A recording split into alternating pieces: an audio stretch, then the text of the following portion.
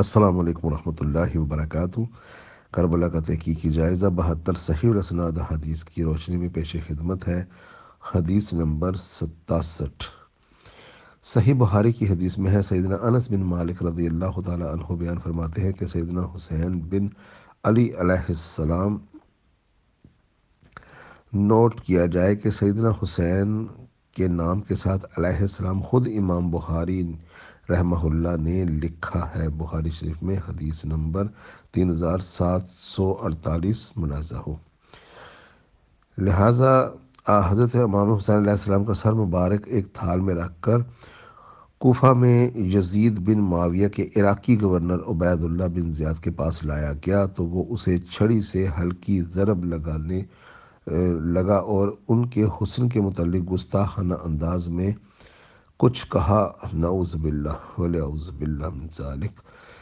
اس موقع پر سیدنا انس بن مالک رضی اللہ تعالیٰ عنہ نے فرمایا، یہ سیدنا حسین رسول اللہ صلی اللہ علیہ وسلم سے شکل و صورت میں بہت مشابہت رکھتے تھے، اور اس وقت ان کے بال وسمہ یعنی بوٹی کے کالے رنگ سے رنگے ہوئے تھے۔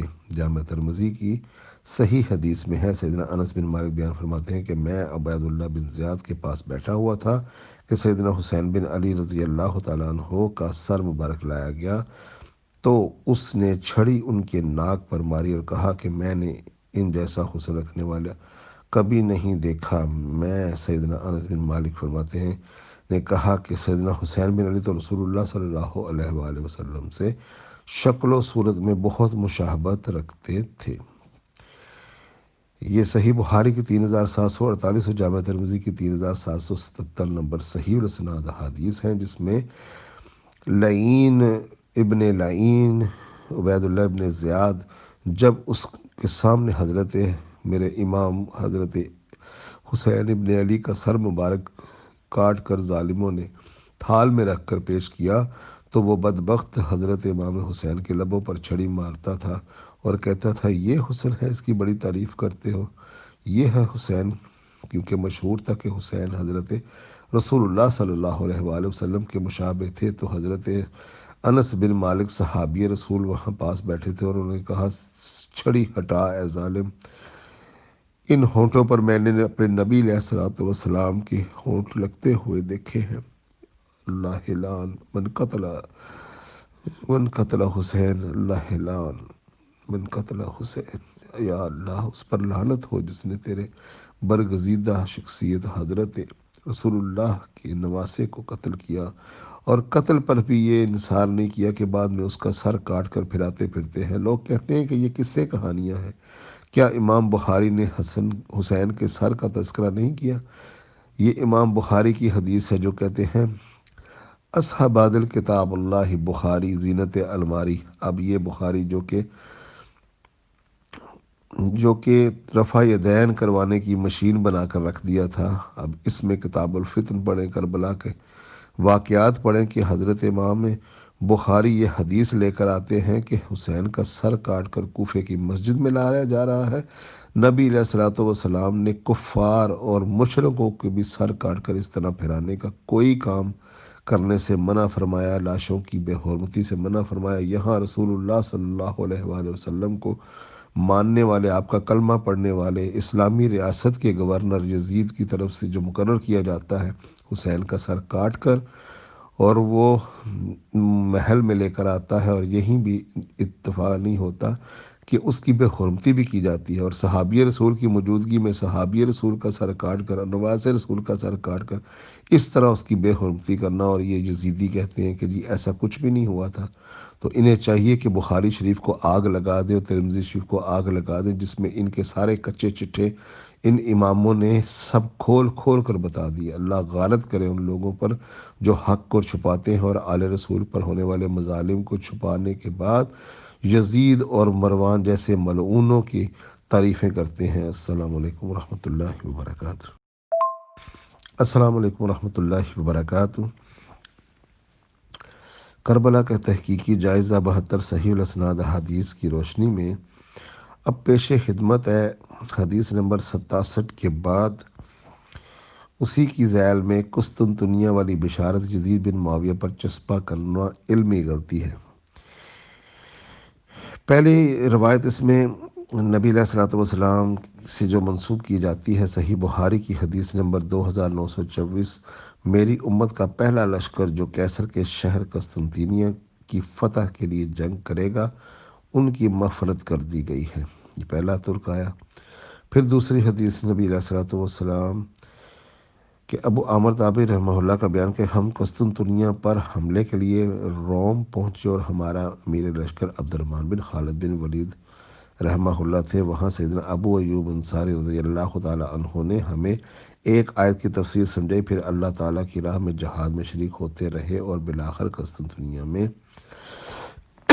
دفن ہوئے۔ یعنی سنن ابو داؤد کی یہ حدیث 2512 میں سیدنا ابو ایوب انصاری کا وہاں حدیثیں بیان کرنا، قرآن کی تفاسیر بیان کرنا اور وہاں پر ان کی تدفین ہونا، اور لشکر کا امیر عبداللہ بن خالد بن ولید کا ہونا۔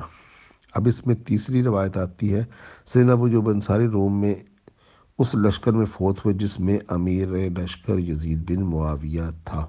بخاری شریف 1186۔ قسطنطنیہ پر ایک سے زیادہ حملے ہوئے تھے اور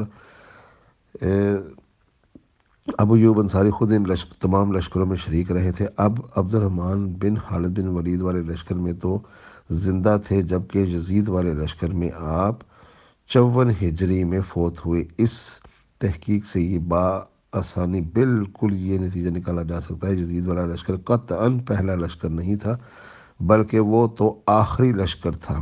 اب ایک سیدھی سی بات ہے، وہ آخری لشکر تھا یا کوئی بھی لشکر ہو، کم سے کم وہ پہلا لشکر نہیں تھا، کیونکہ یہ بات روز روشن کی طرح آیا ہے۔ ایک لشکر میں ابو ایوب انصاری حدیثیں بیان کر رہے ہیں اور اس لشکر کا امیر خالد بن ولید عبد الرحمن بن خالد بن ولید رحمہ اللہ تھے۔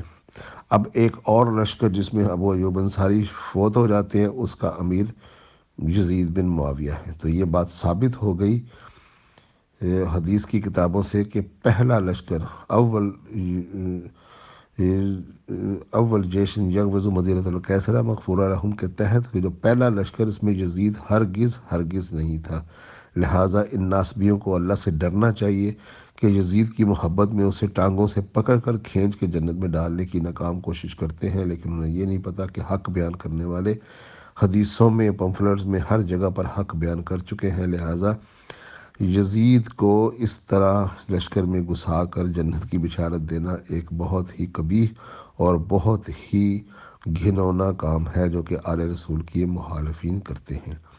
یزید کے 3 سیاہ کارنامے پیش خدمت ہیں۔ جلیل القدر صحابی عبداللہ بن زبیر کے خلاف مکہ مکرمہ پر حملے کے لیے بیت اللہ کے غلاف کو آگ لگا کر شہید کر دیا گیا۔ صحیح مسلم حدیث نمبر 3245۔ واقعہ حرہ میں یزیدی فوج نے قتل عام کر کے مدینہ منورہ کی حرمت کو پامال کیا اور یوں صحیح مسلم کی حدیث کی روح سے اللہ کے فرشتوں کی اور تمام انسانوں کی لعنت کمائی۔ صحیح بخاری میں 2604، 2959، 4025 اور 4906۔ صحیح مسلم کی حدیث میں 3339، 3319، 3323 تا 3333۔ ان تمام احادیث میں یزید کے کالے اور سیاہ کارنامے موجود ہیں۔ مدینہ شریف کے اوپر حملہ کروانا اور مسجد نبوی میں گھوڑے بندھانا اور صحابہ کو قتل کروانا اور صحابیات کے ساتھ زنا بالجبر کروانا اور صحابہ کرام کا یزید کی بیعت توڑ دینا اور اس کا مدینہ شریف کے اوپر چڑھائی کرنا۔ اور اللہ کے نبی کی حدیث میں ہے، جو مدینہ شریف کو نہب مدینۃ المنورہ، جو مدینہ کو لوٹے قتال کرے، اللہ اسے نمک کی طرح پگھلائے گا۔ اور نبی علیہ الصلوۃ والسلام کی اس حدیث کے تحت بھی یزید ابن معاویہ اس کا مصداق ہوا۔ امام اہل سنت سیدنا امام احمد بن حنبل رحمہ اللہ المتوفی 241 ہجری نے اپنے شاگرد مختا بن یحییٰ کو یزید بن معاویہ سے متعلق پوچھنے پر فرمایا، وہ یزید کے متعلق جب ان کے شاگرد نے پوچھا، انہوں نے کہا یہ یزید وہی ہے نا جس نے مدینہ والوں کو کے ساتھ وہ کرتوت کیے جو اس نے کیے؟ فعل ما فعل۔ اس نے پوچھا ما فعل، انہوں نے کہا اس نے کیا کیا؟ اس نے مدینہ کو لوٹا، نہب مدینۃ المنورہ۔ اس نے پوچھا کیا ہم یزید سے حدیث بیان کر سکتے ہیں؟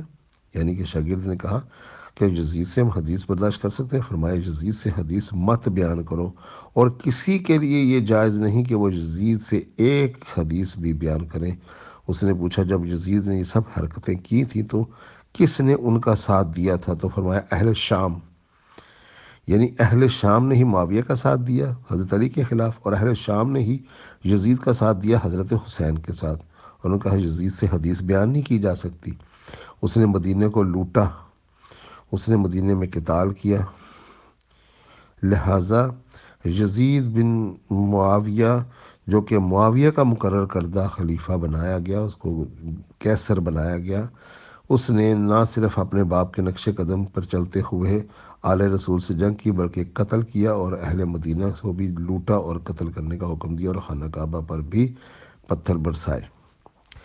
اب تیسرے میں ترک میں یہی آگے بات چلتی ہے کہ جب سیدنا حسین کو شہید کیا گیا تو آپ کا سر مبارک یزید بن معاویہ کے چہیتے گورنر عبید اللہ بن زیاد عراقی کوفی نجدی کے سامنے لا کر رکھا گیا تو وہ بدبخت آپ رضی اللہ تعالیٰ عنہ کے سر مبارک کو ہاتھ کی چھڑی سے کوریدنے لگا۔ یہ دیکھ کر انس بن مالک رضی اللہ تعالیٰ عنہ نے اس خبیث کو تنبیہ کرتے ہوئے فرمایا، اللہ کی قسم سیدنا حسین اپنی شکل و صورت کے اعتبار سے رسول اللہ صلی اللہ علیہ وآلہ وسلم کے مشابہ تھے۔ بخاری شریف 3748، جامع ترمذی حدیث نمبر 3778۔